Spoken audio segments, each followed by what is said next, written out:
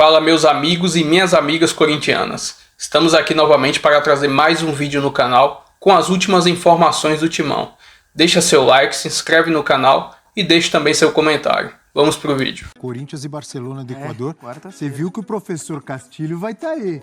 Será que ele vai vir naquela estica? Puro chocolate. Roupa de Oscar. El O Morteiro. Eugênio Leal.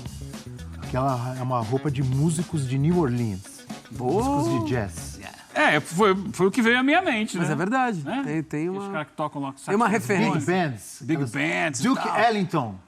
Que às vezes como vão a- desfilando pela rua também, né? Não só nos bares e Deixa que fala, Lô, você quer falar carnaval. Carnaval de Não, Nova não é York. carnaval, paradas, é eles chamam de diferente, é uma cultura paradas, diferente. paradas. Uma cultura maravilhosa, é um lugar que eu nunca fui, mas tenho muita vontade de ir, porque parece ser sensacional, né? O jazz local lá. Mas os caras usam essas roupas lá, né? O Corinthians vai ter que se virar em algum ritmo amanhã, viu, professor? Vai. Para conseguir chegar à fase de grupos da Libertadores. Não sei se vai ser no jazz, no Não, heavy samba. metal. Mas aqui não, É um punk rock pesado. Não sei se vai ser no ritmo dos sambas enredos. Vai no samba, que é sempre bom. Cantados, inclusive, pelo grande Ernesto. Grande Ernesto. É o puxador, o intérprete Ernesto da Teixeira. Gaviões. Grande Ernesto. Vai ter que se virar o Timão, porque levou 3-0 na cabeça lá em Guayaquil. A gente tem Colocar uma... o Ernesto no sistema de som do estádio, explode aquilo lá, hein? Não, legal. No ritmo do Poropopó, de repente, não sei, né?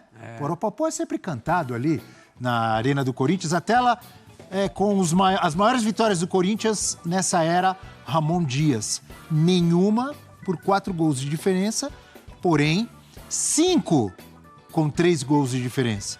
3-0 no Dragão, no Atlético Goianiense. 3-0 no Lion. 3-0 no Imortal, que nesse dia, infelizmente, para a torcida gaúcha, morreu, levou 3-0. 3-0 no Bahia, Bora Bahia, e 5-2 no Furacão, que foi rebaixado. Esse 5-2, inclusive, com um belo gol de falta do Memphis Depay. Primeiro dele. Esse 5-2 aí foi uma virada de chave para o Corinthians. Né? O primeiro jogo da sequência sem derrotas, né? Em geral, bons jogos. Todos esses, além do placar, foram bons jogos do Corinthians. Né? 3-0 ou Contra Bahia e 5-2 Grêmio. amanhã, professor, resolve. Vai para os pênaltis, Hugo Neneca pega 2 e o Coringão está na fase de grupos. Mas beleza, precisa combinar com os equatorianos. Então, o Tonhão, o nosso Chamorro já está lá na Neoquímica Arena. Antônio Chamorro trazendo informações desse jogo que você acompanha amanhã conosco. Bom dia, amigo. Bom dia, Abel. Um abraço para você, para o Joãozinho, para o professor Celso Zelt, para o Eugênio, para todo mundo que acompanha a F360. Estamos aqui já, o pessoal está terminando aqui os preparativos para o jogo de amanhã, quarta-feira, 9h30 da noite, Corinthians e Barcelona. O Corinthians precisando dessa virada, depois de perder por 3-0. E desde que aconteceu essa derrota, algumas coisas aconteceram, né? Tivemos a discussão durante o intervalo do jogo, né? No jogo passado. Depois, no sábado, né? Integrantes de organizadas foram até o CT para conversar com os jogadores e depois, no domingo, a vitória sobre o Santos para se garantir na final do Paulista. O Corinthians voltou a treinar ontem, mas assim, Yuri Alberto ainda preocupa, né? Ele teve a entrada forte do Zé Ivaldo, mas não teve uma lesão constatada no tornozelo esquerdo. Então, no treino de hoje à tarde, provavelmente ele deve ficar ali fazendo fisioterapia, não deve ir a campo. Mas aí é aquela coisa do jogar no sacrifício, né? Que o Rodrigo Garro também tem feito, né? Ele que tem um problema no joelho, mas os dois devem jogar por conta dessa decisão que o Corinthians tem, precisando da virada e dos gols. O Yuri Alberto é o artilheiro do Corinthians na temporada. E o Corinthians não terá nem o Andileri, né? Que não foi inscrito, mas que desde que chegou ao Corinthians já tem 2 jogos e 2 assistências. Então era o nome que o Ramon Dias tem muita confiança. Então amanhã deve ir com o Matheus Bidu. E aí existe uma questão até de mudança de esquema tático, né? O Corinthians pode ir, de repente, com 3 atacantes, colocar o Romero ou o Thales Magno, tirar um jogador no meio campo e fazer com uma trinca de meio campo com uma trinca de ataque para tentar fazer logo os gols que precisa, porque afinal não vai ser fácil. O Barcelona, ele vem no Campeonato Equatoriano, vem de uma derrota muito forte para o Independente Del Valle. Foi a primeira derrota na temporada, 4-0 em casa, mas jogou com um time misto, quase reserva. teve um jogador expulso logo no início, e o Barcelona tem isso. Nos últimos 4 jogos, em 2 deles ele teve jogadores expulsos no início. Um deles foi contra o El Nacional, na rodada passada, na fase passada da Libertadores. O Pineda foi expulso, mas ele conseguiu segurar o empate com o El Nacional e passou de fase. O Pineda que volta exatamente para esse jogo de amanhã contra o Corinthians. E o Barcelona já chegou aqui em São Paulo, chegou ontem à noite, está em Guarulhos, está hospedado em Guarulhos, e hoje à tarde também vai treinar no centro de treinamento da base do Palmeiras, que fica na rodovia Ayrton Senna, é quase em frente onde o Corinthians treina, né, o CT Joaquim Grava, mas cada um em uma pista da Ayrton Senna.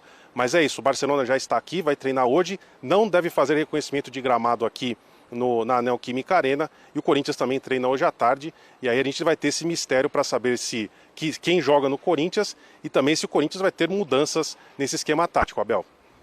Legal, questões interessantes trazidas pelo Tonhão, João, e principalmente em relação a prováveis mudanças, mudança de escalação, de sistema, enfim, uma forma diferente, de repente, para um time que precisa golear, precisa pelo menos um 3-0, ou vencer por 4 gols de diferença para não precisar dos pênaltis. O que você pensa, amigo João Gonzalez, Johnny Sensitivo? Que será que ele está sentindo? Prever a escalação de Ramon Dias agora, não vai ser o caso. Mas, turma, eu acho que o Tonhão traz algo muito interessante aqui para o 360 para a gente debater em relação à escalação do Corinthians. Eu lembro que antes do jogo de volta contra o CV, o André Plihal, meu parceiro de resenha, virou e falou: tira um volantinho, vai para frente, é o CV, vai golear. E a gente viu o que viu. Só que nesse caso, precisando fazer 3-0, eu acho que se existe um momento de você tentar ser um pouco mais ofensivo, já que você precisa disso, é agora. Sim, eu tentaria um esquema com 3 atacantes. Memphis, Yuri. Hoje o Ramon Dias tem colocado o Romero na frente do Thales Magno, né? Apesar do Thales Magno ter um excelente início de temporada. Eu queria ver mais do Thales Magno como titular. Você então, escalaria os 3. Memphis, mas o Yuri não vai jogar, vai? Eu acho que vai. Não sei, não sei. Pelo menos entrava. Em princípio, não foi detectada a lesão, né? Foi uma pancada. Então vamos lá, desculpa. Memphis, Yuri e Thales Magno. Você escalaria? O Garro ali como o camisa 10, camisa 8, né? E eu tiraria provavelmente ou o Bidon, o Martínez eu acho importante ter ali, porque se você for deixar o time mais ofensivo, você precisa de um cão de guarda, e o Martínez tem feito essa função muito bem. Carrillo e Martínez. Normalmente o Corinthians tem sido escalado com 3 volantes, né? Se você contar o Carrillo como volante, é Bidon, Garro e Carrillo. O Bidon não está jogando tão bem desde que voltou da seleção. É um excelente jogador, é uma promessa, uma joia da base, mas não está tão bem, o momento dele não é tão bom. Se alguém precisasse ir para o banco, na minha opinião, seria o Bidon no momento. Eu acho que tem duas questões. Uma é a questão tática e outra é a questão anímica. Esse é um jogo para o Romero. Algo precisa ser mexido. O Romero é um cara de quem a torcida espera. Gostei da frase, hein? Esse é um jogo para o Romero. Esse é um jogo para o Romero. E eu não sou romerista de primeira hora, mas também não fico brigando. Mas ultimamente se transformou brigando com os fatos. Eu sou um neo-romerista. É isso. Sou um neo-romerista. Peraí. Jogador histórico, com títulos conquistados, maior artilheiro da Arena, sempre fazendo gols em jogos importantes, decisivos, tanto em questão de conquista quanto em questão de fugir de rebaixamento. E tem dúvida ainda se é pra gostar? Não tem como não. Pra gostar de quê? Tô tirando meu chapéuzinho, bom. entendeu? E eu acho que tem uma outra coisa legal também, porque um desses volantes aí sempre cai pela direita mesmo. Sim, o Martínez vira ponta, do às vezes, volante da né? direita. Então já deixa aquele lugar pro Romero. Sim. E você guarda o Thales Magno para ter um nome pra galera gritar. Porque isso é importante. Pode gritar Romero. Eu ia falar São isso. Paulo... O Thales Magno, normalmente, ele começa bem como titular. Ele não... O Romero entra mais com a faca entre os dentes quando ele é reserva, né? O Romero, quando entra ali, ele entra sangue no zóio, tapa na orelha e vai pra cima. O Thales demora um pouco pra se adaptar ao que o jogo pede, eu acho. É que eu acho que o Romero é mais consistente, né? O Thales Magno de titular é meio... Tá quase me você convencendo. não sabe o que vai acontecer. Eu entraria com o Romero, deixaria o Thales para jogar ali. Ontem o São Paulo entrou com o que tinha de melhor. Quarteto, tudo. Chega uma hora do jogo que não tinha mais com o que Eric fazer. e Ferreirinha, né? O Corinthians terá. Ou com Thales para Romero, ou com Romero para Thales. Agora, alguma coisa precisa ser feita. Tem que fazer algo de diferente. 3 gols contra um time estruturadinho como esse do Barcelona não é fácil de se fazer. Antes do Eugênio falar, Eu estou adorando. Vocês sabem que eu adoro esses pensamentos, projeções. esses pensamentos faceiros, ofensivos. É tudo lindo. Eu só quero lembrar os amigos faceirinhos que não pode sofrer gol. Tudo bem. Tá? Tira volante. Mas não vai. Põe mais um atacante. Mantivemos tá tudo o lindo. Martínez lá. Tá tudo lindo. E outra Mas coisa. se levar um gol, tem que fazer 4. Mas não me entra com 3 zagueiros. Tá bom? Não me três entra com 3 zagueiros. zagueiros, pelo amor Não de faz Deus. sentido. Estão tudo faceiro. Tira volante, põe mais um atacante, vai Romero, vai Thales Magno, vai Casão, vai Vaguinho, Vai pra cima volta dele, Doutor tudo. Sócrates, vai a Taliba, vai todo mundo. Vai Luizão, vai Edilson, vai. Mas não pode levar gol, tá? Fala, Eugênio. Exatamente em função disso, Abel, eu concordo contigo que eu acho que é preciso ter uma escalação equilibrada. Não Mas dá Romero para se é lançar o equilíbrio. ataque. Romero é equilíbrio. E o Romero é Romero é equilíbrio. uma outra questão. Acho que o Romero depende muito da avaliação do Yuri, né? Mas se você não tem o Romero do banco, quem você tem para o segundo tempo, né? O Thales Magno só. Thales. Eu acho que é preciso, hoje em dia, o futebol, você trabalha com um banco de reserva demais. São 5 substituições, você precisa no segundo tempo de sangue novo para poder renovar as energias ali. E eu acho que só tem esses dois, né? Pensando ali numa força ofensiva. Sim. Os outros jogadores do elenco do Corinthians pro ataque... Pedro Raul foi embora, É. Pedro Henrique Tem também. bem mais do que tinha. É. E jogador de lado mesmo assim, não tem. Então, eu acho que um dos problemas do Corinthians no jogo de ida... Tonhão ia falar alguma coisa? Não pegou o microfone. O Coronado está machucado, né? Também Tem essa também. não deve estar à disposição amanhã. Então... Boa, Tonhão, boa lembrança. Acho que um dos problemas no jogo de ida foram justamente as ausências do Martínez e do Ranieri. Perfeito. Porque o Corinthians perdeu o meio de campo. O Corinthians permitiu ao Barcelona de Guayaquil trocar passes com muita tranquilidade naquela zona ali. Então eu acho que eu começaria o jogo por aí. Ranieri e Martínez com o Carrilho no meio. Colocar o que tem de melhor. Você pegar o que hoje assim, seria a escalação ideal do Corinthians, o meio campo é Ranieri, Martínez, Carrilho e Garro. Com Yuri e Memphis na frente. Agora o que eu faria? Iria de Bidu na lateral esquerda, porque você tendo o Ranieri e o Martínez, você pode liberar mais os laterais, que são importantes para justamente ter essa amplitude, né, como é falado, o ataque pelo lado do campo. Então você pode subir com o Mateuzinho e o Bidu. Sufoca o adversário, joga com os dois espetados lá na frente, dando sustentação pelo lado para a criação de jogadas. E aí você segura o Martínez e o Ranieri para proteger a zaga. Não é 3 zagueiros, mas é o Ranieri fazendo uma função eventual de um terceiro zagueiro, com o Martínez ajudando a proteger. Se a E aí UCV você sufoca jogou o aqui, adversário. A UCV atacou o Corinthians, o Barcelona não vai atacar? Vai atacar. Mas se você tiver ali os 2 zagueiros, com o Ranieri dando um apoio e o Martínez também, e é claro, todo mundo ajudando na recuperação de bola. O que eu imagino, que eu gostaria de ver, é um Corinthians jogando no campo de ataque, sufocando, marcando pressão, impedindo a saída de jogo, recuperando a bola e partindo para cima. O tempo todo. Por isso, ele vai precisar, no segundo tempo, dessas peças que vêm do banco. E, no caso, acho que o Romero é importante, acho que o Thales Magno é importante, jogadores, o próprio Bidon saindo em algum momento, o Alex Santana vindo do banco para dar força da energia num segundo momento da partida. Mas para começar... Quando tiver 2-0 pro Corinthians... É isso, é e aquela faltar segunda 10 onda. minutos? Aquela segunda onda. Vamos embora, vamos apertar ainda mais, vamos buscar energia.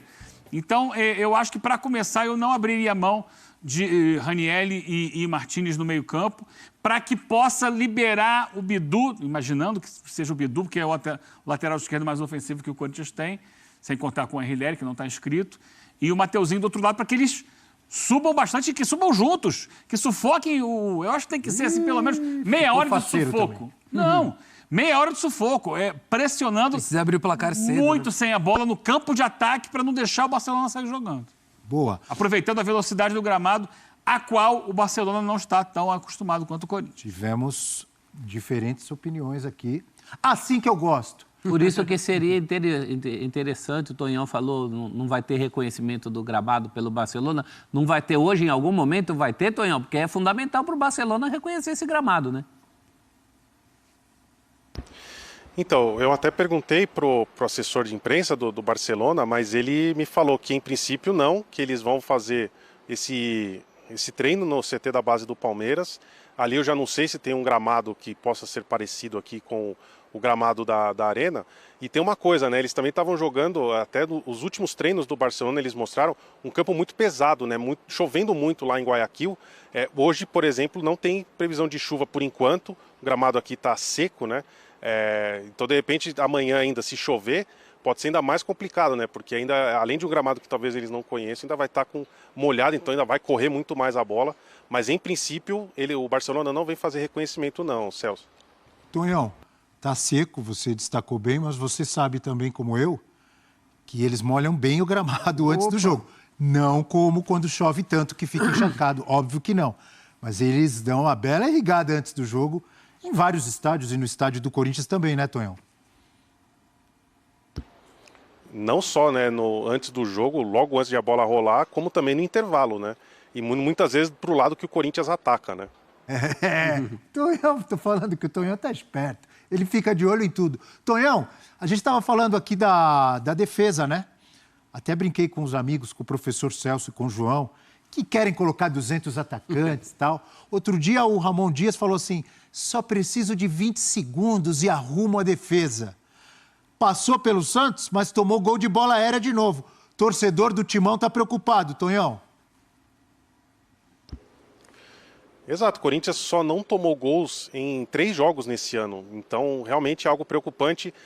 O André Ramalho, que antes era um zagueiro quase incontestável, hoje já é o reserva. O Félix Torres passou na frente dele pelos últimos 2 jogos, né? Ele foi titular no Equador, foi titular agora contra o Santos, e o Gustavo Henrique voltou muito bem. Então acho que ele é o único garantido. Agora, entre os outros, acho que o Tchoca, depois do pênalti que ele fez no primeiro jogo, acho que perdeu um pouco de espaço. O André Ramalho depois vem ali nessa sequência. E tem o Kaká também, que aí acaba sendo como a 5ª opção. Mas essa é uma questão também, né? Porque o Corinthians tem jogadores que não são dos mais altos. Então, Gustavo Henrique e Félix Torres acho que ajudam muito mais nessa possível bola parada. O Martinez e o Ranieri também ajudam nisso. Mas o time, dependendo do que entrar amanhã, pode ser um time muito leve, mas tem essa questão da bola parada também. E o Corinthians tem que parar de sofrer gols, né? Porque é isso, são apenas 3 jogos no ano que o Corinthians não sofre gols, e amanhã, então, é um jogo importantíssimo para não... Senão vai ficar ainda mais difícil para o Corinthians tentar essa virada. Agora a 4, porque tem o Mirassol também, né?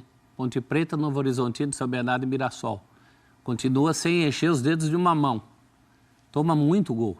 E para quem tem que fazer diferença de 3, é diferença de 3, gente. 3 gols, por exemplo, fez contra o UCV. Levou 2. Eu particularmente tenho mais dúvidas dos gols que o Corinthians, em relação aos gols que o Corinthians sofre, do que a capacidade desse time de fazer 3. Esse time tem a capacidade de fazer 3. Tem jogadores, tem jogadas para isso. Contra o Santos, que jogou muito pouco, conseguiu 2 em 2 jogadas. Como o Abel lembrou. Em bolas paradas. Então, o problema é essa questão defensiva. E o Eugênio falou do Bidu. Primeiro gol em bola parada contra o Santos, segundo não, né? Mas também começa de uma cobrança de falta, que a bola sobe, né? Sim. O Eugênio falou de liberar o Bidu, é noite de falar para o Bidu. Bidu hoje você é atacante. Até porque é melhor, porque ele compromete menos atrás. Quando você assumir isso mesmo. E muito provavelmente será o Bidu, até porque o Hugo não foi nem relacionado contra o Santos. Né? Ele optou pelo Angileri e o reserva era o Bidu. Então, obviamente, assim, pelo Ramon ter optado pelo Hugo no jogo de ida contra o Barcelona, pela parte defensiva do Hugo, e o Hugo fez a partida que fez, eu acho muito difícil que ele não vá de Bidu. Concordo com o Eugênio e o professor.